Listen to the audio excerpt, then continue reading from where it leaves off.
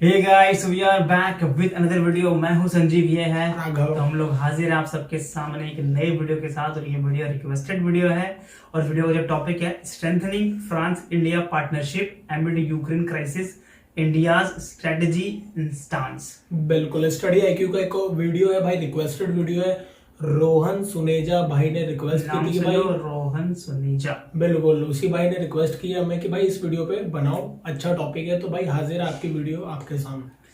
करते हैं वीडियो की शुरुआत बिना किसी देरी के। शुरुआत करने से पहले वीडियो करके आप लाइक शेयर, चैनल पे अगर नए हो तो भाई सब्सक्राइब भी कर देना। बिल्कुल, और हम लोग अवेलेबल हैं फेसबुक और इंस्टाग्राम पर भी, दोनों का लिंक मिल जाएगा आपको वीडियो के डिस्क्रिप्शन बॉक्स में।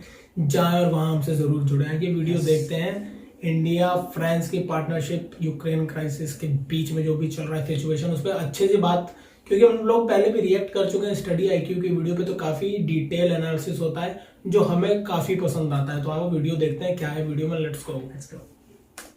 दोस्तों, हाल ही में आपने ये सुना होगा कि Indian Bollywood actress Deepika Padukone French luxury fashion brand Louis Vuitton की पहली इंडियन ब्रांड एम्बेसडर के तौर पर चुनी गई हैं। खैर, आज हमारी ये वीडियो बॉलीवुड एक्ट्रेस दीपिका पादुकोण या फिर फ्रांस की फैशन इंडस्ट्री पर नहीं है, बल्कि इस न्यूज़ के दो बेहद इंपॉर्टेंट जियोपॉलिटिकल एलिमेंट्स के ऊपर है। जी हाँ, हम बात कर रहे हैं इंडिया और फ्रांस की। जिस तरह जब पेरिस की बात होती है तब अक्सर हमारे दिमाग में आईफिल टावर के अलावा लुई विटॉन, क्रिश्चियन डायर और चैनल जैसे आइकॉनिक फैशन ब्रांड्स का ख्याल आता है, उसी तरह जब इंटरनेशनल स्टेज पर इंडिया के ट्रस्टेड अलाई की बात होती है तब सबसे पहले हमारे दिमाग में रशिया का नाम फ्लैश होता है। लेकिन समय के साथ एक देश ऐसा भी सामने आया है जिसको कई एक्सपर्ट्स आज इंडिया का न्यू रशिया कह रहे हैं। अब तक आपको इस बात का अनुमान लग ही गया होगा कि वो देश और कोई नहीं बल्कि इंडिया का एक क्लोज यूरोपियन अलाई फ्रांस है। कई एक्सपर्ट्स तो ये तक कहते हैं कि पिछले कुछ दशकों में इंडिया और फ्रांस के रिलेशंस जिस तरह मजबूत हुए हैं, उसको देखकर ऐसा लगता है कि मानो फ्रांस इंडिया के मोस्ट वैल्यूएबल पार्टनर्स की लिस्ट में रशिया को भी पीछे छोड़ देगा। तो अब हमारा सवाल ये उठता है कि एक यूरोपियन कंट्री यानी कि फ्रांस क्या सच में इंडिया के लिए रशिया जैसा एलाई है? क्या इंडिया सच में फ्रांस में एक रशिया जैसा ट्रस्टेबल और डिपेंडेबल पार्टनर देख सकता है? आज की इस वीडियो में हम इंडिया और फ्रांस के रिलेशनशिप पे इन्हीं डायनामिक्स को समझने की कोशिश करेंगे। दोस्तों, आगे बढ़ने से पहले मैं आपको बता दूं कि ये वीडियो यूपीएससी मेंस के पर्सपेक्टिव से भी रेलेवेंट है। इंडिया और फ्रांस के रिलेशनशिप से जुड़े क्वेश्चंस यूपीएससी मेंस GS2 के IR सेक्शन में पूछे जा सकते हैं। इसीलिए इस वीडियो के एंड में हम आपके लिए एक क्वेश्चन छोड़कर जाएंगे जिसका आंसर आप कमेंट सेक्शन में लिख कर दे सकते हैं। तो चलिए अब इस डिस्कशन को आगे बढ़ाते हैं। आज से कुछ साल पहले यूपीएससी, स्टेट पीसीएस या फिर अन्य गवर्नमेंट एग्जाम्स की तैयारी में सिलेबस, टफनेस और एस्पिरेंट्स के द्वारा दी जाने वाली फीस भी एक अलग चैलेंज थी। लेकिन आज स्टडी आईक्यू ने इस चैलेंज को तो कम कर ही दिया है। स्टडी आईक्यू एक बार फिर आप सबके लिए लेके आया है फ्लैश सेल 18 से 20 मई तक, जिसमें आपको स्टडी आईक्यू कोर्सेज पे मिलेगी डबल वैलिडिटी, वो भी डिस्काउंटेड प्राइस के साथ, अगर आप कूपन कोड यूज करते हैं AG फ्लैश। तो दोस्तों, आज ही अवेल करिए स्टडी आईक्यू के इन शानदार कोर्सेज को और पूरे देश को बताइए कि अब तैयारी हुई अफोर्डेबल। दोस्तों, हाल ही में Indian prime minister Shri Narendra Modi ji Europe के एक बेहद इंपॉर्टेंट टूर पर थे। इस 3 दिन के शॉर्ट एंड स्ट्रेटेजिक टूर के दौरान 3 यूरोपियन देशों का दौरा किया। यूरोप में चल रही यूक्रेन क्राइसिस के बीच हुआ ये टूर इंडिया और यूरोप दोनों के लिए ही बहुत अहम था। इस वॉर के शुरू होने के बाद यूरोप में इंडिया की ये पहली विजिट थी और इसीलिए इस पर पूरी दुनिया की नजर टिकी हुई थी। हमने पहले भी देखा था कि इस क्राइसिस में इंडिया का स्टैंड किसी स्ट्रॉन्ग कंट्री के प्रेशर के द्वारा नहीं, बल्कि इंडिया के खुद के इंटरेस्ट और जियोपॉलिटिकल एम्बिशंस की बुनियाद पर टिका है। और यूएसए और यूरोप के द्वारा दिए गए इंटेंस प्रेशर एंड लेक्चर्स के बावजूद इंडिया ने अपने स्ट्रेटेजिक इंटरेस्ट के साथ खिलवाड़ करना सही नहीं समझा। इसी के चलते कई ऑब्जर्वर्स का ये कहना था कि इंडिया अपने स्टैंड की वजह से वेस्टर्न वर्ल्ड के आगे कमजोर पड़ जाएगा या फिर इंडिया को वेस्टर्न कंट्रीज के द्वारा नजरअंदाज किया जाएगा। लेकिन इस विजिट ने इन सभी प्रेडिक्शंस को गलत साबित किया। यूके के प्राइम मिनिस्टर बोरिस जॉनसन और यूरोपियन यूनियन की प्रेसिडेंट उर्सुला वॉन डेर लेyen की इंडिया विजिट्स के बाद इंडियन डेलीगेशन की सक्सेसफुल यूरोपियन विजिट से हमें यही देखने को मिला है कि इंडिया को साइडलाइन करना यूरोप अफोर्ड नहीं कर सकता। जिस स्पिरिट के साथ इन देशों में इंडियन डेलीगेशन का स्वागत हुआ और सारे डेवलपमेंट्स आगे बढ़े, उससे यह साफ जाहिर होता है कि यूरोपियन देश यूएस या फिर यूरोपियन यूनियन के डिक्टेट से बाहर आकर इंडिया जैसे इमर्जिंग पावर के साथ अपने बायलैटरल रिलेशंस मजबूत करना चाहते हैं। जर्मनी में इंटर गवर्नमेंटल कंसल्टेशन और डेनमार्क में नॉर्डिक समिट का होना इंडिया और यूरोपियन देशों के बायलैटरल टाइज की ग्रोथ को दर्शाता है। दोस्तों, आपके लिए एक सवाल है, कमेंट में बताइए कि फर्स्ट इंडिया नॉर्डिक समिट कब और कहां हुई थी। खैर, इंडिया ने इमर्जिंग यूरोपियन पॉलिटिक्स में एक सेंट्रल पोजीशन ऑक्युपाई की है और ये इस विजिट का सबसे इंपॉर्टेंट बट सबसे निगलेक्टेड आउटकम रहा है। आपको बता दें कि इस टूर पर पीएम मोदी का सबसे पहला स्टॉप था जर्मनी, दूसरा था डेनमार्क और आखिरी और सबसे क्रूशल स्टॉप था फ्रांस। जी हाँ दोस्तों, जिस तरह डेजर्ट हमारी मील का लास्ट कोर्स होता है, यानी कि किसी भी मील के दौरान डेजर्ट को हम लास्ट के लिए बचा कर रखते हैं क्योंकि वो हमारी मील का सबसे स्पेशल पार्ट होता है, उसी तरह पीएम मोदी की इस विजिट का सबसे लास्ट और सबसे स्पेशल स्टॉप फ्रांस था। फ्रांस में पीएम मोदी और प्रेसिडेंट मैक्रोन की मीटिंग का चार्म इन दोनों लीडर्स की क्लोज केमिस्ट्री को साफ साफ दर्शा रहा था। आपको याद दिला दें कि जब 2017 में फ्रांस के प्रेसिडेंशियल इलेक्शंस हुए थे, तब पीएम मोदी पहले इंटरनेशनल लीडर थे जिन्होंने फ्रांस जाकर प्रेसिडेंट मैक्रोन को पर्सनली कांग्रेचुलेट किया था। उसके 5 साल बाद अब 2022 में फ्रांस में फिर इलेक्शंस हुए और इस बार भी पीएम मोदी ने सबसे पहले फ्रांस जाकर प्रेसिडेंट मैक्रोन से मुलाकात की। इस 5 साल के पीरियड में इन दोनों लीडर्स की केमिस्ट्री के डेवलपमेंट ने कभी पीछे मुड़कर नहीं देखा। दोनों ही लीडर्स ने इस रिलेशनशिप में हेवली इन्वेस्ट किया है। जहां तक डिप्लोमेटिक विजिट्स की बात है, ये इंडिया फ्रांस की रिलेशनशिप का एक परमानेंट फीचर रहा है और इन विजिट्स के दौरान दोनों ने हमेशा एक दूसरे की इंपॉर्टेंस को हाईलाइट किया है। उदाहरण के तौर पर 2016 में जब French president Francois Hollande new Delhi की विजिट पर थे, तब उन्होंने ये बताया था कि वो दोनों देशों की स्ट्रेटेजिक पार्टनरशिप को नेक्स्ट लेवल पर ले जाने के लिए पूरी तरह डिटरमाइंड हैं। उसी तरह इस मीट के दौरान पीएम मोदी ने कहा कि इंडिया और फ्रांस एक दूसरे के लिए ही बने हैं। कोविड ईयर्स के अलावा प्रेसिडेंट मैक्रोन या फिर पीएम मोदी हर साल एक दूसरे को विजिट करते आए हैं। 2019 में आर्टिकल 370 को हटाने के कुछ हफ्तों बाद जब इंडियन पीएम मोदी पेरिस की विजिट पर थे, उस समय पूरा वेस्टर्न वर्ल्ड इंडिया को लेक्चर दे रहा था, लेकिन केवल फ्रांस ही एकमात्र ऐसा देश था जिसने इंडिया के इंटरनल मैटर पर कोई नेगेटिव कमेंट नहीं किया। इस एब्रोगेशन को लेकर जब चाइना ने यूएनएससी की मीटिंग की, उस समय भी फ्रांस ने कश्मीर को लेकर इंडिया के स्टैंड को सपोर्ट किया। उससे पहले भी फ्रांस ने इंडिया के साथ जाते हुए पाकिस्तानी टेररिस्ट मसूद अजहर की ब्लैक लिस्टिंग को सपोर्ट किया था। इतना ही नहीं, यूएनएससी का एक परमानेंट मेंबर होते हुए फ्रांस ने इंडिया की परमानेंट मेंबरशिप की डिमांड को हमेशा सपोर्ट किया है और तो और उसने बाकी इंटरनेशनल फोरम्स पर भी इंडिया का खूब साथ दिया है।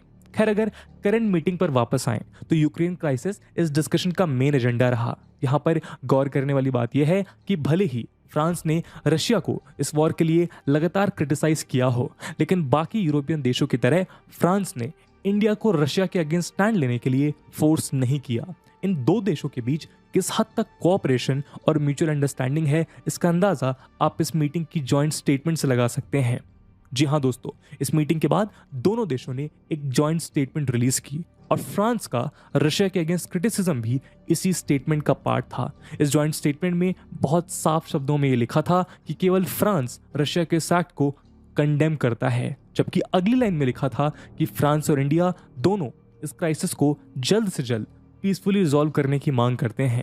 इससे पता चलता है कि रशिया को कंडेम करते हुए इंडिया फ्रांस के साथ नहीं था, लेकिन इस क्राइसिस के सॉल्यूशन में दोनों एक साथ हैं। ये चीज अपने आप में इन दोनों देशों की मैच्योर रिलेशनशिप को दर्शाती है। यहाँ आपको बता दें कि जर्मनी के केस में इस इशू को लेकर दोनों देशों ने अलग अलग स्टेटमेंट्स रिलीज किए, यानी कि यूक्रेन क्राइसिस को लेकर इंडिया और जर्मनी सेम पेज पर नहीं आए और यही चीज इंडिया और फ्रांस के रिलेशनशिप को यूनिक बनाती है। खैर, ये तो बात हुई प्रेसिडेंट मैक्रोन और पीएम मोदी की रीसेंट सक्सेसफुल समिट की, लेकिन दोस्तों इस रिलेशनशिप की रूट्स इस विजिट या मोदी मैक्रोन के पर्सनल फैक्टर से कई ज्यादा डीप हैं और यही डीप रूट्स इंडिया की डिप्लोमेटिक कॉरिडोर्स में फ्रांस को रशिया की हाइट तक लाकर खड़ा करते हैं। चलिए इन पर एक नजर डालते हैं। सबसे पहले तो आपको बता दें कि इंडियन कॉन्स्टिट्यूशन में लिबर्टी, इक्वालिटी और फ्रेटर्निटी जैसे कोर वैल्यूज फ्रेंच रिवॉल्यूशन के प्रिंसिपल से अडॉप्ट की गई हैं। ये वैल्यूज हमारे कॉन्स्टिट्यूशन की लिविंग स्पिरिट्स कही जाती हैं और ये चीज दोनों देशों के रिलेशंस को एक स्पेशल चार्म प्रोवाइड करती हैं। आज हम स्ट्रेटेजिक पार्टनरशिप के कॉन्सेप्ट को बार बार सुनते हैं कि इन दो देशों के बीच की स्ट्रेटेजिक पार्टनरशिप उन दोनों के बायलैटरल रिलेशंस का एक अपग्रेडेड वर्जन होती है, जिसमें दोनों देशों का आपस में कमिटमेंट उनकी नॉर्मल बायलैटरल टाइज के कंपैरिजन में कहीं ज़्यादा होता है। इसमें दो देश या दो एंटिटीज आपस में अलग अलग सेक्टर्स में अलग अलग लेवल्स पर कोऑपरेशन के ब्रॉड पैरामीटर्स तय करते हैं। आज इंडिया ने बहुत से देशों के साथ ये स्ट्रेटेजिक पार्टनरशिप साइन की हुई है, लेकिन आपको बता दें कि 1998 में फ्रांस ऐसा पहला देश था जिसके साथ इंडिया ने ये पार्टनरशिप साइन की थी। तब ये पार्टनरशिप लार्जली 3 पिलर्स यानी सिविल न्यूक्लियर एनर्जी, डिफेंस और स्पेस सेक्टर पर बेस्ड थी। फ्रांस ने एक वेस्टर्न कंट्री होते हुए शुरुआत से ही इंडिया के न्यूक्लियर प्रोग्राम को सपोर्ट किया है। जब 1998 में इंडिया ने इस स्ट्रेटेजिक पार्टनरशिप को अनाउंस किया था, उस समय फ्रेंच प्रेसिडेंट जैकस चिराक ने ये कहा था कि इंडिया को ग्लोबल न्यूक्लियर ऑर्डर से एक्सक्लूड करना एक बड़ी मिस्टेक है, जिसको करेक्ट किया जाना चाहिए। इसके कुछ ही मंथ्स बाद जब इंडिया ने पोखरण में न्यूक्लियर टेस्ट किए थे, तब जहां एक तरफ यूएस और यूके जैसी कंट्रीज इंडिया के ऊपर सैंक्शंस की बौछार कर रही थी, उस समय फ्रांस सबसे पहली वेस्टर्न कंट्री थी जिसने इंडिया का सपोर्ट किया था। बाकी देशों के कंपैरिजन में फ्रांस ने ना सिर्फ इंडिया के सिक्योरिटी इंटरेस्ट को बखूबी समझा, बल्कि उसको समझते हुए इंडिया के साथ अपने स्ट्रेटेजिक एंगेजमेंट और भी मजबूत किए। बताया जाता है कि फ्रांस ने उस समय इंडिया को इन ग्रेट पावर्स के सैंक्शन से बचाने की भी पूरी कोशिश की थी। 2008 में जब इंडिया को न्यूक्लियर सप्लायर ग्रुप से न्यूक्लियर ट्रेड करने का वेवियर मिला था, उस समय फ्रांस सबसे पहली कंट्री थी जिसके साथ इंडिया ने 2008 में एक civil nuclear cooperation agreement sign किया था। इसके तहत रशिया के अलावा फ्रांस ही एक ऐसी कंट्री थी जिसने इंडिया के न्यूक्लियर रिएक्टर्स को बिल्ड करने में हेल्प की थी। उसी तरह इंडिया के स्पेस प्रोग्राम में भी फ्रांस का भरपूर योगदान रहा है। इस रिसेंट मीट में भी स्पेस सेक्टर में कोऑपरेशन एक मेन एजेंडा रहा। स्पेस सेक्टर में बढ़ते इकोनॉमिक और सिक्योरिटी चैलेंजेस को टैकल करने के लिए और एक रूल बेस्ड कोऑपरेशन को इंश्योर करने के लिए इन दोनों देशों ने एक बायलैटरल स्ट्रेटेजिक डायलॉग को स्टैब्लिश किया है। वहीं अगर हम बात करें डिफेंस की, तो ये इंडिया और फ्रांस की रिलेशनशिप का एक बेहद क्रूशियल पिलर है। हालांकि इस सेक्टर को रशिया बहुत लंबे समय से डोमिनेट करता आया है, लेकिन जब अर्ली 1980s में सबसे पहले इंडिया की डिफेंस रिलेशनशिप को डाइवर्सिफाई करने की बात की गई, तब फ्रांस इंडिया की नेचुरल चॉइस बनकर उभरा। आज रशिया के बाद फ्रांस इंडिया का सेकेंड लार्जेस्ट वेपन सप्लायर है। इस सेक्टर में फ्रांस की स्ट्रेटेजिक कैपेबिलिटी और इंडियन मार्केट ने हमेशा एक दूसरे को सपोर्ट किया है। यहाँ मजेदार बात यह है कि आज रशिया चाइना को भी वेपन सप्लाई करता है, उसी तरह यूएस पाकिस्तान को वेपन सप्लाई करता है, लेकिन फ्रांस केवल इंडिया के साथ डील करता है और इसीलिए ये रिलेशनशिप और भी ज्यादा यूनिक हो जाता है। फ्रांस ने इंडिया के राइवल्स पाकिस्तान या चाइना को वेपन्स देने के बजाय केवल इंडिया के साथ एक स्ट्रॉन्ग डिफेंस पार्टनरशिप बिल्ड करने का रास्ता चुना है। इसका एक इंटरेस्टिंग एग्जाम्पल हमें इंडो पाकिस्तान वॉर के समय देखने को मिला, जब फ्रांस ने यूएस के अगेंस्ट जाकर इस वॉर में इंडिया को सपोर्ट किया। इस सेक्टर में इन दोनों का कोऑपरेशन इंडियन इंडिपेंडेंस के बाद से ही देखा जा सकता है। इस दौरान इंडिया ने फ्रांस से Ouragan aircraft, Mystere, Jaguar, Mirage 2000 fighters, Alize planes, Alouette helicopters और हाल ही में स्कॉर्पियन क्लास डीजल सबमरीन्स और राफेल फाइटर जेट्स हासिल किए हैं। वक्त के साथ ये रिलेशनशिप केवल एक बायर और सेलर की रिलेशनशिप से बढ़कर दो पार्टनर्स की रिलेशनशिप में तब्दील हुआ है। आज फ्रांस इंडिया की इंडिजिनस डिफेंस प्रोडक्शन को बढ़ चढ़कर सपोर्ट करता है। जहां यूएस, जर्मनी और बाकी यूरोपियन देश अब भी इंडिया के साथ टेक्नोलॉजी शेयर करने में हिचकिचाते हैं, वहीं फ्रांस इंडिया की डिफेंस इंडस्ट्री में हैवी इन्वेस्टमेंट और टेक्नोलॉजी शेयरिंग के जरिए इंडिया के आत्मनिर्भर मिशन को सपोर्ट करता आ रहा है। हाल ही में तैयार हुई स्कॉर्पियन क्लास डीजल सबमरीन्स इसी जॉइंट प्रोडक्शन का एग्जाम्पल है। इसके अलावा इंडिया और फ्रांस की आर्मी, नेवी और एयरफोर्स रेगुलर बेसिस पर ज्वाइंट एक्सरसाइज में शामिल होती हैं। दोस्तों, आप कमेंट सेक्शन में बताइएगा कि इन तीनों एक्सरसाइजेस का नाम क्या है। ये दोनों देश इंडियन ओशन में एक दूसरे के नेवल बेसिस को भी इस्तेमाल करते हैं। साथ ही साथ वो intelligence sharing, military drills, cyber security और एक दूसरे की कैपेबिलिटीज को एक्सपैंड करने के लिए भी साथ काम कर रहे हैं। दोस्तों, अगर आपने गौर किया होगा तो पीएम मोदी की विजिट से कुल 2 दिन पहले मीडिया में ये न्यूज आई थी कि फ्रांस के एक नेवल ग्रुप ने P75I सबमरीन प्रोजेक्ट से विड्रॉ कर लिया है, जिसके बाद इंडिया और फ्रांस की फ्रेंडशिप पर कई सवाल उठाए गए। लेकिन अगर स्ट्रेटेजिक एक्सपर्ट्स की माने तो इस न्यूज को एक आधे अधूरे तरीके से पेश किया गया। ये डील पीएम की समिट से 2 दिन पहले कैंसिल नहीं हुई थी। असल में बात यह थी कि कुछ टेक्नोलॉजी रिलेटेड रिक्वायरमेंट्स के चलते फ्रांस इस प्रोजेक्ट से लगभग 1.5 साल पहले ही एलिमिनेट हो चुका था। उसी तरह राफेल कंट्रोवर्सी के बाद भी इन दोनों देशों की फ्रेंडशिप को टारगेट किया गया था, लेकिन इन सभी चैलेंजेस के बावजूद भी ये रिलेशनशिप और भी बेहतर बनकर उभरा है।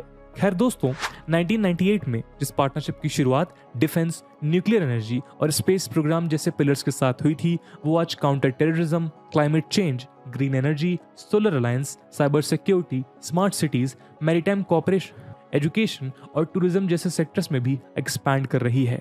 उदाहरण के तौर पर जब चार्ली हेब्डो के केस में एक फ्रेंच स्कूल टीचर को बीहेड कर दिया गया था, उस समय इंडिया ने खुलकर फ्रांस को सपोर्ट करते हुए कहा था कि टेररिज्म को किसी भी सूरत में, किसी भी कारण से या किसी भी सर्कमस्टेंसेस में बर्दाश्त नहीं किया जाएगा। इस केस में इंडियन पब्लिक का सपोर्ट सोशल मीडिया पर कई दिनों तक ट्रेंड कर रहे आई स्टैंड विद फ्रांस जैसे हैशटैग्स में दिखाई दिया था। दोस्तों, इंडियन डिप्लोमेसी ने इतिहास में इस तरह के सेंसिटिव जियोपॉलिटिकल इश्यूज पर ऑफिशियली कभी कोई स्टैंड नहीं लिया है, चाहे फिर वो शिनजियांग हो, हांगकांग हो, इजराइल पैलेस्तीन हो, अर्मीनिया अजरबैजान हो या रशिया यूक्रेन क्राइसिस ही क्यों ना हो। जिन मसलों से इंडिया का कोई डायरेक्ट कनेक्शन ना हो, इंडिया ने हमेशा उससे एक स्ट्रेटेजिक डिस्टेंस मेंटेन करके रखा है। पर फ्रांस के केस में जहां पूरा इस्लामिक वर्ल्ड और स्पेशली इंडिया के दो इंपॉर्टेंट एलाइज सऊदी अरेबिया और ईरान फ्रेंच गवर्नमेंट के खिलाफ थे, वहीं दुनिया की सेकंड लार्जेस्ट मुस्लिम कंट्री होने के बावजूद भी इंडिया ने रेडिकल ग्रुप्स और उनकी टेररिस्ट एक्टिविटीज के अगेंस्ट जाकर फ्रेंच गवर्नमेंट का खुलकर सपोर्ट किया। उसके अलावा आज इंडो पैसिफिक में भी फ्रांस इंडिया का एक नेचुरल पार्टनर बनकर उभरा है। दोस्तों, फ्रांस के लिए इंडो पैसिफिक एक ज्योग्राफिकल रियलिटी है। कनाडा की नदर्न कोस्ट के पास बसे सेंट पियरे और मिक्यूलियन से लेकर साउथ पैसिफिक में न्यू कैलेडोनिया, वेलिस और फ्यूटिमा और फ्रेंच पॉलिनेशियन टेरिटरीज और सदर्न इंडियन ओशन में रीयूनियन तक फ्रांस की ओवरसीज टेरिटरीज इस रीजन में हर तरफ फैली हुई हैं। फ्रांस के पास वर्ल्ड की second largest exclusive economic zone है, जिसका 93% हिस्सा इंडो पैसिफिक में मौजूद है। इस रीजन में फ्रांस के लगभग 1.5 मिलियन सिटीजन्स और 8,000 सोल्जर्स डिप्लॉयड हैं, और इस रीजन में चाइना का अनकंट्रोल्ड एक्सपेंशन इंडिया और फ्रांस के सिक्योरिटी और स्ट्रेटेजिक इंटरेस्ट को एक साथ लेकर आता है। इन्हीं डायरेक्ट स्टेक्स को ध्यान में रखते हुए फ्रांस ने इंडो पैसिफिक स्ट्रेटजी भी अडॉप्ट की है, और ऐसा करने वाला वो एकमात्र यूरोपियन देश है। दोस्तों, इस साल फरवरी में फ्रांस ने एक इंडो पैसिफिक फोरम भी ऑर्गेनाइज किया है। ये वही टाइम था जब रशिया का यूक्रेन के पास मिलिट्री बिल्डअप अपनी पीक पर था। ये चीज़ हमें ये दिखाती है कि किस तरह यूरोप में इतनी सेंसिटिव सिचुएशन होने के बावजूद फ्रांस का फोकस इंडो पैसिफिक पर बना हुआ था। यूरोप में और किसी भी देश के इंडो पैसिफिक में डायरेक्ट कंसर्न्स शामिल नहीं है, और ये चीज़ फ्रांस को इंडिया के लिए और भी ज़्यादा स्पेशल और एक रिलायबल पार्टनर बनाती है। इन रीजन में इन दोनों देशों के इंटरेस्ट और कोऑपरेशन को भी दूसरी पावर्स शायद मैच नहीं कर पाई हैं। हाल ही में साइन हुए ऑकस यानी ऑस्ट्रेलिया, यूके और यूएस के नए मिलिट्री अलायंस ने फ्रांस और इंडिया को और भी क्लोज लाने का काम किया है। ऑकस की डील के चलते ऑस्ट्रेलिया ने फ्रांस के साथ एक $90 बिलियन की न्यूक्लियर सबमरीन डील कैंसिल की थी, जिसकी वजह से फ्रांस इस अलायंस से काफी नाराज था। इस अलायंस को लेकर इंडिया की भी अपनी नाराजगी थी, क्योंकि अमेरिका ने इंडिया को कभी न्यूक्लियर सबमरीन ऑफर नहीं की। हालांकि रशिया और यूएसएसआर ने इंडिया को न्यूक्लियर अटैक सबमरीन लीज पर दी हैं, और वो इस फील्ड में इंडिया के डोमेस्टिक सेक्टर को भी सपोर्ट करता है। लेकिन कई एक्सपर्ट्स के मुताबिक ऑकस के बाद आज फ्रांस इस फील्ड में इंडिया को न्यूक्लियर सबमरीन सेल करने का ऑप्शन भी कंसीडर कर रहा है। खैर दोस्तों, अब आप समझ गए होंगे कि आज कई एक्सपर्ट्स फ्रांस को रशिया के साथ कंपेयर क्यों कर रहे हैं। दोस्तों, यहाँ हमारा मकसद इंडिया के दो इंपॉर्टेंट स्ट्रेटेजिक अलाइज को किसी ऑर्डर में रैंक करना या फिर किसी एक को दूसरे से ज्यादा बेहतर दिखाना बिल्कुल नहीं है। इंडियन जियोपॉलिटिक्स में यूएसएसआर और रशिया ने अपनी एक ऐसी यूनिक पहचान बनाई है जिसको रिप्लेस करना आज शायद किसी के लिए भी पॉसिबल नहीं है। लेकिन आज उसी तरह फ्रांस भी इंडिया की जियोपॉलिटिकल कैलकुलस का एक इररिप्लेसेबल कंपोनेंट बन चुका है। आज के एनालिसिस में आप देख ही चुके हैं कि कैसे रशिया की तरह ही फ्रांस और इंडिया के रिलेशनशिप ने भी समय की सारी चुनौतियों को पास किया है, और उसी का नतीजा है कि ये दोनों इंडिया के साथ अपने रिलेशनशिप में ट्रस्ट और कॉन्फिडेंस का एक स्ट्रॉन्ग थ्रेड बिल्ड कर चुके हैं, और ये दोनों आने वाली नई चुनौतियों के लिए भी साथ खड़े हैं। हालांकि बायलैटरल ट्रेड और पीपल टू पीपल कनेक्टिविटी जैसे कुछ सेक्टर्स ऐसे भी हैं जहां इंडिया और फ्रांस को अपना फुल पोटेंशियल अचीव करने के लिए अभी आगे बहुत काम करना होगा। लेकिन हमारे फॉरेन मिनिस्टर के मुताबिक ओवरऑल ये रिलेशनशिप एक बडिंग और मैच्योर रिलेशनशिप है, और जियोपॉलिटिकल एक्सपर्ट्स इसी चीज को हाईलाइट करने के लिए फ्रांस को इंडिया का एक न्यू एशिया कहकर बुला रहे हैं। तो दोस्तों, ये था एक एनालिसिस इंडिया और फ्रांस की बूमिंग रिलेशनशिप के ऊपर। और जैसे कि आपको पहले बताया गया कि ये टॉपिक यूपीएससी सीएससी के लिए इंपॉर्टेंट है, इसीलिए आपके लिए हम एक प्रैक्टिस क्वेश्चन छोड़कर जाएंगे जिसे आप कमेंट सेक्शन में आंसर कर सकते हैं। And the question is, discuss the emerging prospects of India France cooperation in the field of green energy transitions in coming decades. And with this question my friends, that's it for the video. I hope आपको video पसंद आई होगी, और अगर पसंद आई है तो अपने दोस्तों के साथ शेयर करना बिल्कुल मत भूलिएगा। मिलते हैं अगली वीडियो में, तब तक के लिए जय हिंद, जय भारत। ओके भाई, वीडियो हो गई है एंड, और स्टडी आईक्यू की वीडियो थी ये। टॉपिक था भाई strengthening France India partnership एमिड Ukraine crisis. तो बेसिकली देखा जाए तो जो यूक्रेन रशिया का जो वॉर हो रहा था भाई, इसके ऊपर मतलब बाकी बहुत सारी कंट्रीज जो थी इंडिया पे प्रेशर बना रही थी कि भाई आप कुछ बोलते क्यों नहीं हो, कुछ बोलते क्यों नहीं हो।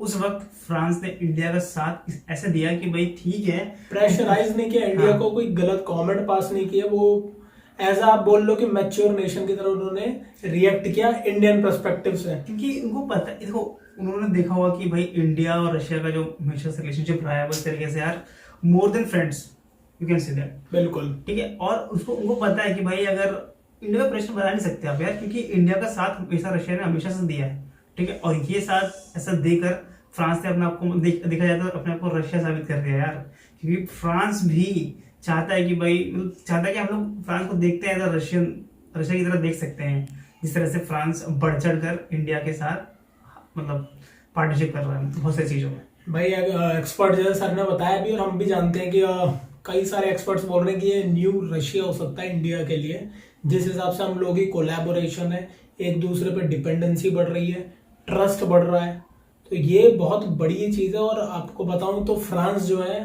वो यूरोपियन यूनियन में सबसे पावरफुल देश है इस टाइम। जब यूके ने ब्रेग्जिट किया है, थेरेसा मे थी शायद तब यूके ने यूरोपियन यूनियन से एग्जिट ले लिया था, ठीक है। अभी बात चल रही थी कुछ की फ्रैक्सिट पे भी, जो दूसरे अभी चुनाव हुआ है उसमें एक जो इनके खिलाफ लड़े थे वो फ्रैक्सिट करना चाह रहे थे, ठीक है। लेकिन ये आ गए हैं और इन्होंने सपोर्ट, आपको पता है फ्रांस का हमेशा रहा है सपोर्ट, और मैंने कई भी वीडियो और रिएक्ट की है फ्रांस के ऊपर, उसमें हमने बात की है। और मैंने तो इमैनुअल मैक्रोन को लाइव देखा है, मैंने लाइव देखा है इनको और मोदी जी को। भाई ये आए थे जब विजिट पे इंडिया की काशी विश्वनाथ उधर बनारस में, और मैं उस लकीली उस टाइम उस दिन वहां पर किसी काम से गया हुआ था, और मेरे सामने से ये दोनों नेता गाड़ी से निकले, पूरी फोर्स वगैरह लगी थी, रोक दिया गया था। बस यार एक दुख की बात है, धूप में खड़ा रखा हम लोगों को बिना मतलब में, और कोई दिक्कत वाली बात नहीं है। तो भाई ये थी इनकी कहानी और इनको देखा हमने। बाकी फ्रांस की बात करें तो भाई फ्रांस इंडिया का बताओ, आप खुद देखो कौन से सेक्टर में हेल्प नहीं कर रहा है, खुद ईमानदारी से सोचो और बताओ।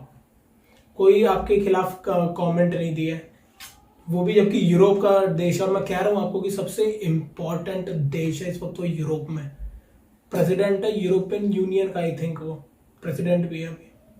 आप सोच लो कि ऐसा पावरफुल देश अगर इंडिया के साथ खड़ा है तो उसके क्या मायने होते हैं और क्या वैल्यू है उसके। अभी क्या हुआ था कि जो चार्ली हेब्दो की बात की थी इन्होंने, चार्ली हेब्दो में भाई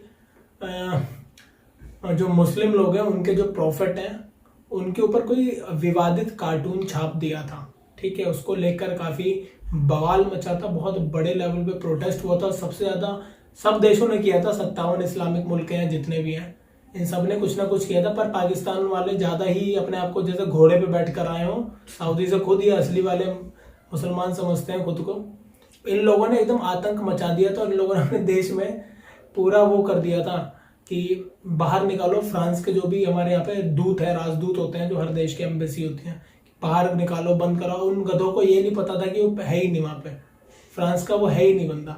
जबरदस्ती पूरा किया हुआ। अभी हाल फिलहाल तक का बता रहा हूँ, जनवरी में हुआ है सब, जनवरी फरवरी में दिसंबर में सब अभी तक चल रहा था। और ये मसला है 1.5-2 साल पहले का, 3 साल पहले का, अभी तक चल रहा था पॉलिटिकल एडवांटेज लेने के लिए।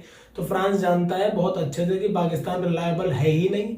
चाइना पे करना, समझ रहे हो आप, खुद के गले में खुद ही फांसी लगा लेना, रस्सी डाल लेना। और अगर बात करें डिफेंस की तो भाई रशिया हमेशा से ही भाई इंडिया को सप्लाई करता रहा वेपन्स, मतलब नंबर 1 सप्लाई में है, शायद वो नंबर 1 है भी, नंबर 2 है अभी रशिया, है भी नंबर 1। अभी रशिया नंबर 1 पे रहता है यार। पर हाँ ओवरऑल देखोगे तो इन्होंने बहुत मतलब, आप बताओ ना कि मिराज 2000 की पूरी जितने प्लेन्स है, जगुआर है, सबसे ज्यादा है हमारे इसमें भी। राफेल अभी हाल फिलहाल हमने, इतने देशों ने हमें ऑफर किया। सुखोई 30 MKI है हमारे पास अभी, सुखोई का कोई और वर्जन भी हमारे सामने था, रफेल था, टाइफून भी था, यूएस का भी एक था, पर हमने चुना है रफेल को क्योंकि हमने देखा और उन्होंने ऑन टाइम डिलीवरी दी।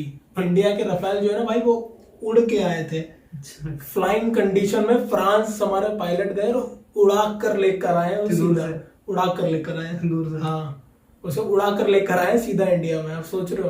और आज के टाइम जहाँ पर यूक्रेन रशिया का वॉर चल रहा है, ऑब्वियसली रशिया भाई अब सप्लाई नहीं कर पाएगा इतनी, और इंडिया को भी पता है कि भाई एक कंट्री पे डिपेंडेंट रहना सही बात नहीं है, ठीक है।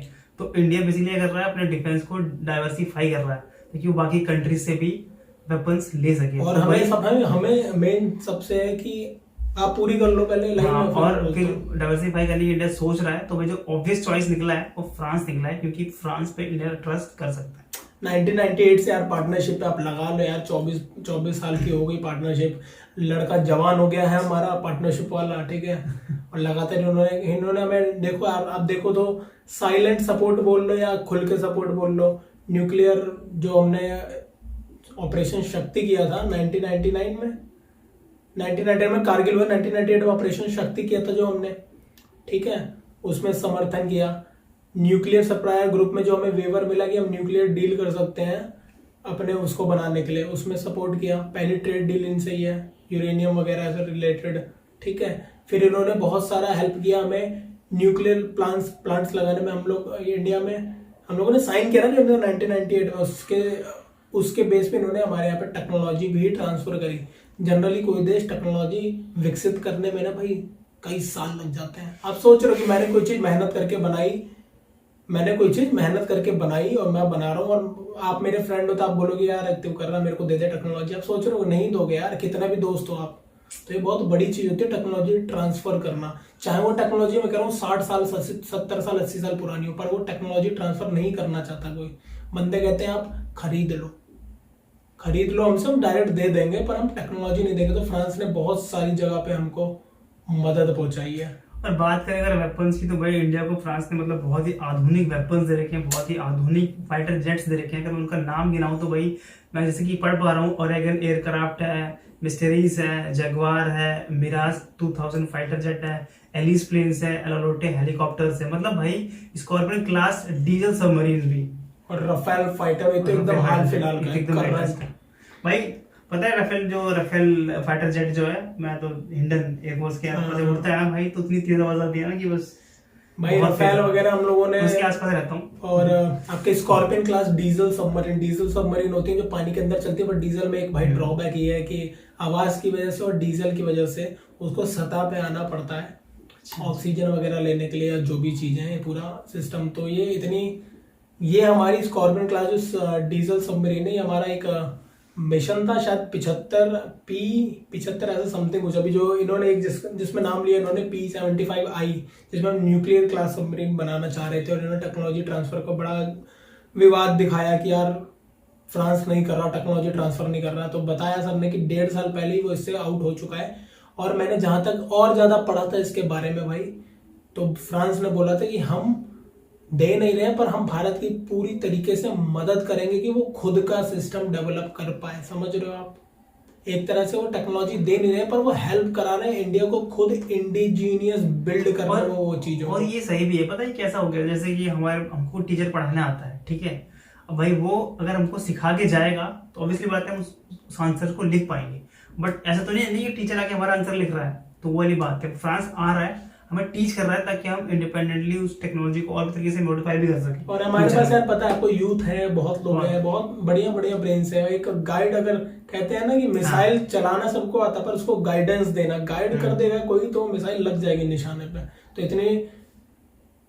इतनी सारी चीजें अगर अब मैं देखूं, और कैसे हम इसको इग्नोर कर सकते हैं कि फ्रांस हमारा पार्टनर नहीं है। वीडियो बहुत ही अच्छी और प्यारी वीडियो है। हर बंदे को जो फ्रांस के बारे में नहीं जानता है ना, उसको जानना चाहिए कि फ्रांस इंपॉर्टेंट क्यों है, ये रीजन है। बेसिकली देखो जाता है, ये वीडियो तरीके से क्रिटिकल एनालिसिस है और एक तरीके से केस स्टडी है ये, ठीक है। तो बेसिकली केस स्टडी का जो मतलब यही है कि भाई रशिया के बाद कौन, रशिया के बाद इंडिया का सबसे अच्छा पार्टनर कौन हो सकता है, फ्रांस। उस पर फिर ये सब लॉजिक्स दिए हुए हैं कि भाई फ्रांस हमेशा से इंडिया के साथ में भी रहा है, अब रशिया के बाद फ्रांस का नाम आता है। अब आप लगा लो कि सबसे हाँ, supportive। इन्होंने हमें जब यूएस वगैरह सब हमारे खिलाफ बयानबाजी कर रहे थे, अभी भी कर रहे हैं करंट, अगर देखो यूक्रेन पे तो भी फ्रांस ने कुछ सब मेरे को पता नहीं था ये बात, जो मुझे उसमें पता लगी नई की फ्रांस ने जो जॉइंट स्टेटमेंट दिया था इंडिया के साथ, अभी जो मोदी जी गए थे विजिट पे, उसमें इन्होंने कहा कि फ्रांस जो है कंडेम करते हैं यूक्रेन को, फ्रांस करता है, उन्होंने लिखा कि हम करते हैं, इंडिया को नहीं उन्होंने कहा कि आप भी करो, उन्होंने कहा हम करते हैं। जॉइंट स्टेटमेंट उन्होंने मेंशन किया कि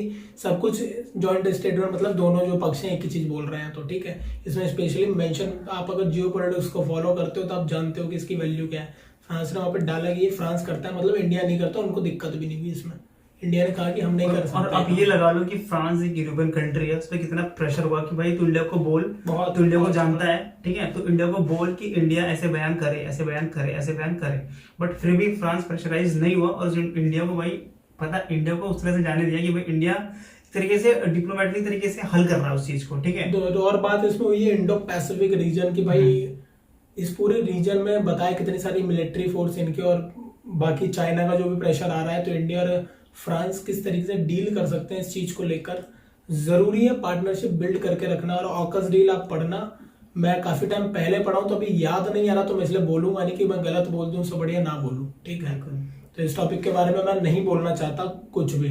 बाकी हमारे कॉन्स्टिट्यूशन के बारे में जहां तक बात है, बाकी हमारा जो कॉन्स्टिट्यूशन है भाई एक तरीके से फ्रांस का जो कॉन्स्टिट्यूशन उससे डिराइव हुआ है कि लिबर्टी, उससे कई चीजें हमने हाँ, ली हैं। हमारे जो कॉन्स्टिट्यूशन है भाई कई कई देशों से कुछ ना कुछ हमने लिया और अपना एक कॉन्स्टिट्यूशन बना। बढ़िया बढ़िया सारी चीजें हमारे हिसाब से होती है, हमने लेके कैसे हम किसी सुपर मार्केट में जाते हैं, हमें ये पसंद है, हमें ये पसंद है, हमें अब ले आए अपनी थाली में और हम ले आए। जो फ्रांस का जो बैकबोन है, जो पिलर्स है कॉन्स्टिट्यूशन के, वो बेसिकली लिबर्टी है, इक्वालिटी है, फर्टिलिटी है। इंडिया का भी कुछ ऐसा ही हिसाब है, और इंडिया ने जहाँ एक तरीके से फ्रांस से इंस्पिरेशन लेके अपने कॉन्स्टिट्यूशन को बिल्कुल बिल्ड किया था हमने। और अगर मैं बात करूं भाई ओवरऑल फ्रेंडशिप की इंडिया और फ्रांस की, तो मेरी कुछ खास, अब देखो यार हम लोग ही कुछ खास उम्र नहीं है अगर इस टॉपिक पे बात, तब तो हम लोग भी बहुत छोटे थे। तो जो लोग हमसे बड़े हैं, हमारे से उम्र में ज्यादा है, ज्यादा नॉलेज रखते हैं, वो और अच्छा कमेंट करेंगे। पर मेरे जितने मैंने जब से होश संभाले, जब से मैं जानता हूँ, मेरे नजर में कोई ऐसा वाकया नहीं आया कि फ्रांस ने इंडिया के साथ कुछ गलत किया हो, या कोई छोटा मोटा जैसा। आप देखो थोड़ा बहुत अगर होता होगा तो पता नहीं, लेकिन कोई बड़े लेवल पे या फिर उन्होंने साथ ना दिया, हर जगह खड़ा था फ्रांस इंडिया के लिए। और इंडिया भी खड़ा था जब ये है चार्ली हेब्डो वाला केस हुआ, खुलेआम सीना ठोक के। सोच रहा हूँ जबकि ईरान और सऊदी अरब से हमारी ऑयल कितना बड़ा हम इंपोर्ट करते हैं इन दोनों से। अभी तो ईरान से नहीं करते हैं, पर सोच रहे हो आप इंडिया ने फिर भी दिया है। और हम भी खुद भी सेकंड मोस्ट मुस्लिम पॉपुलेटेड कंट्री। बिल्कुल। तो भाई उसका ही प्रेशर हमारे पास अलग। फर्स्ट कौन है आप बताओ, पता है? इंडोनेशिया है। इंडोनेशिया है सबसे बड़ी कंट्री मुस्लिम पॉपुलेशन के हिसाब से। दूसरी है इंडिया और तीसरी शायद पाकिस्तान है। सो कॉल्ड पाकिस्तान, एक्चुअली मैंने ना पाकिस्तान लगाना चाहिए अपने नाम के आगे। तो भाई ये पूरी बात है। बाकी फ्रांस ने बहुत सारे प्लेटफॉर्म से सपोर्ट किया, यूएन में किया है, WTO में भी कई जगह पे किया है। 360 के टाइम में और 370 के टाइम में 370 आर्टिकल हमने जो हटाया है कश्मीर से, उस पे तो भी कोई उस टाइम भाई बाकी बहुत सारी कंट्रीज ज्ञान पेल रही थी इंडिया को कि भैया ये गलत है, ये गलत है, गलत है। फ्रांस ने कहा कि भाई ये इंटरनल मैटर है, हमको नहीं बोलना चाहिए। तो सही बात है। इसे कहते हैं भैया पार्टनरशिप बिल्ड करके चलना, और साथ में और सामने से जब ऐसा आता तो भाई रिटर्न में हम लोग हिंदुस्तानी ऐसे ना कि कोई हम पे 1 रुपए देगा ना तो हम रिटर्न में क्या 10 रुपए देने की कोशिश करते हैं बंदे को, यार तू ले। लेकिन जो सामने वाला 1 पत्थर चलाएगा तो 100 पत्थर मारने की भी ताकत रखते हैं फिर। और जो लोग बात करते हैं ना कि मोदी जी यहाँ विजिट करते हैं, कंट्री घूम रहे हैं, सरकारी खर्चे मोदी जी घूमने गए हैं। मैं बता रहा हूँ आपको, अगर आप फोन में बात करोगे ना किसी से कि मुझे ये दे दे, नहीं देगा आपको, इग्नोर कर देगा सिंपल। अगर आपको उसको विजिट करोगे ना और फिर अपनी प्रॉब्लम्स बताओगे या कुछ भी बताओगे, इम्पैक्ट अलग होता है पर्सनल मीट का। ऑब्वियसली बात है। पता भाई जब मोदी जी पहुंचते होंगे फ्रांस, तो भाई मान लो जब बने थे मैक्रोन प्रेसिडेंट जब बने थे, तो भाई जब मोदी जी उनके पास पहुंचे उनको कंग्रेचुलेट करने के लिए, तो भाई सिंपल सी बात है, गले मिले थे यार, गले मिले थे भाई। उनका स्टाइल है मोदी जी का, गले मिल के बात। आप ये लगा लो कि बंदा कोई प्रेसिडेंट बन गया और पर्सनली जा रहे हैं कांग्रेचुलेट करने, तो कितनी बड़ी बात है। और ये दूसरी बार प्रेसिडेंट बने मैक्रोन कॉन्सिक्यूटिव टाइम है। हाँ, शायद वहां पे Positive. 2 ही बार बन सकता है कोई प्रेसिडेंट। अगर मैं गलत हूं तो मुझे करेक्ट कर देना। मेरी जहां तक याद, मेरे को नॉलेज है और मेरे को पता है कि सिर्फ 2 ही बार बन सकता है, इनका आखिरी टर्म और है। I think इसके बाद ये कभी नहीं बन और आई थिंक पाएगा। लगातार शायद कोई बना नहीं है फ्रांस में। लगातार भी शायद कोई बना नहीं है, शायद कह रहे हैं हम, शायद, इसीलिए कि हम एकदम श्योर नहीं है इसमें, इसलिए शायद वर्ड का इस्तेमाल कर रहा है। बिल्कुल। ठीक है भाई, तो ये थी वीडियो। कैसी लगी वीडियो आप बताना। फ्रांस, आप किस नजर से फ्रांस को देखते हो, ठीक है, आप बताना कि आपका क्या नजरिया। हमने अपना बता दिया। मैं तो मानता हूं कि भाई फ्रांस बहुत इंपॉर्टेंट प्लेयर है, और ये वीडियो देखने के बाद मेरा वो जो मानना था ना वो और मजबूत हो गया है कि हाँ मैं सही सोच रहा था। तो ये था वीडियो, ठीक है। रशिया के बाद आई थिंक रशिया को रिप्लेस फ्रांस कर सकता है इंडिया को फ्यूचर में, क्योंकि नहीं कर पाएगा, पूरी तरीके से नहीं कर पाएगा, नहीं, ये but 100% कर सकता है, लेकिन पूरी तरीके से कभी नहीं कर पाएगा, क्योंकि हाँ वो वैल्यू है भाई। रशिया वो दिल में रशिया कहीं एक और- तरीके से दिल में तो वही बसा हुआ है, दिल ठीक में है। हो तुम, होठों और को बात- तुम। लेकिन अगर फ्रांस भी कम नहीं है, फ्रांस नहीं, अगर- फ्रांस के लिए अगर रशिया नंबर 1 है तो respect फ्रांस नंबर 2 पे तो आएगा ही आएगा। ये बिल्कुल। केस स्टडी थी और इसमें बहुत सारे फैक्टर्स की बात हुई है। हमने सारे फैक्टर्स ऑलमोस्ट कवर कर लिए हैं, ठीक है, कि किस वजह से सर ऐसा बोल रहे हैं कि फ्रांस जो है, मतलब फ्रांस इंडिया का जो रिलेशनशिप है वो स्ट्रेंथन हो रहा है, ठीक है। देख रहे हो आप, हम लोग कितनी बात कर रहे हैं हम लोग, पर आज भी हम कहते हैं कि यूएसए पे ट्रस्ट मत करना, चाइना पे ट्रस्ट मत करना। एक बार को फ्रांस पे कर लो, कर रहे हो तो, क्योंकि इन्होंने कभी नुकसान पहुंचाया भी है ना, हमने इनको पहुंचाया है। हम दोनों के इंटरेस्ट एक है, वैल्यूज एक है, कई चीजें कॉमन है, और कभी आप इतिहास उठा कर देखोगे तो लगातार सपोर्ट हम दोनों ने एक दूसरे का कहीं ना कहीं किया है, ठीक है। और इंडिया इतनी बड़ी मार्केट है, जैसा कि पाकिस्तानी बोलते हैं, मार्केट है, तो उसका फायदा भी फिर फ्रांस को भी मिलना चाहिए, ठीक है भाई। तो ये था वीडियो। होप कि अपने वीडियो पे सारे एस्पेक्ट्स कवर करे हो, आपको समझ में आया होगा। जिसने वीडियो रिकमेंड करी थी, नाम क्या था उनका? रोहन सुनेजा ने करी थी भाई recommendation. Thank you for this video and hope कि आपके आपको वीडियो समझ में आया होगा। अगर आया है आप सभी को भी तो भाई लाइक कर दो, शेयर कर दो, अगर चैनल पे नए हो तो सब्सक्राइब कर दो। बिल्कुल। और हम लोग अवेलेबल हैं फेसबुक और इंस्टाग्राम पर भी, दोनों का लिंक मिल जाएगा आपको वीडियो के डिस्क्रिप्शन बॉक्स में। जाएं और वहां हमसे जरूर जुड़ें। यस, मिलेंगे आपसे नेक्स्ट वीडियो में। Till then take care, bye.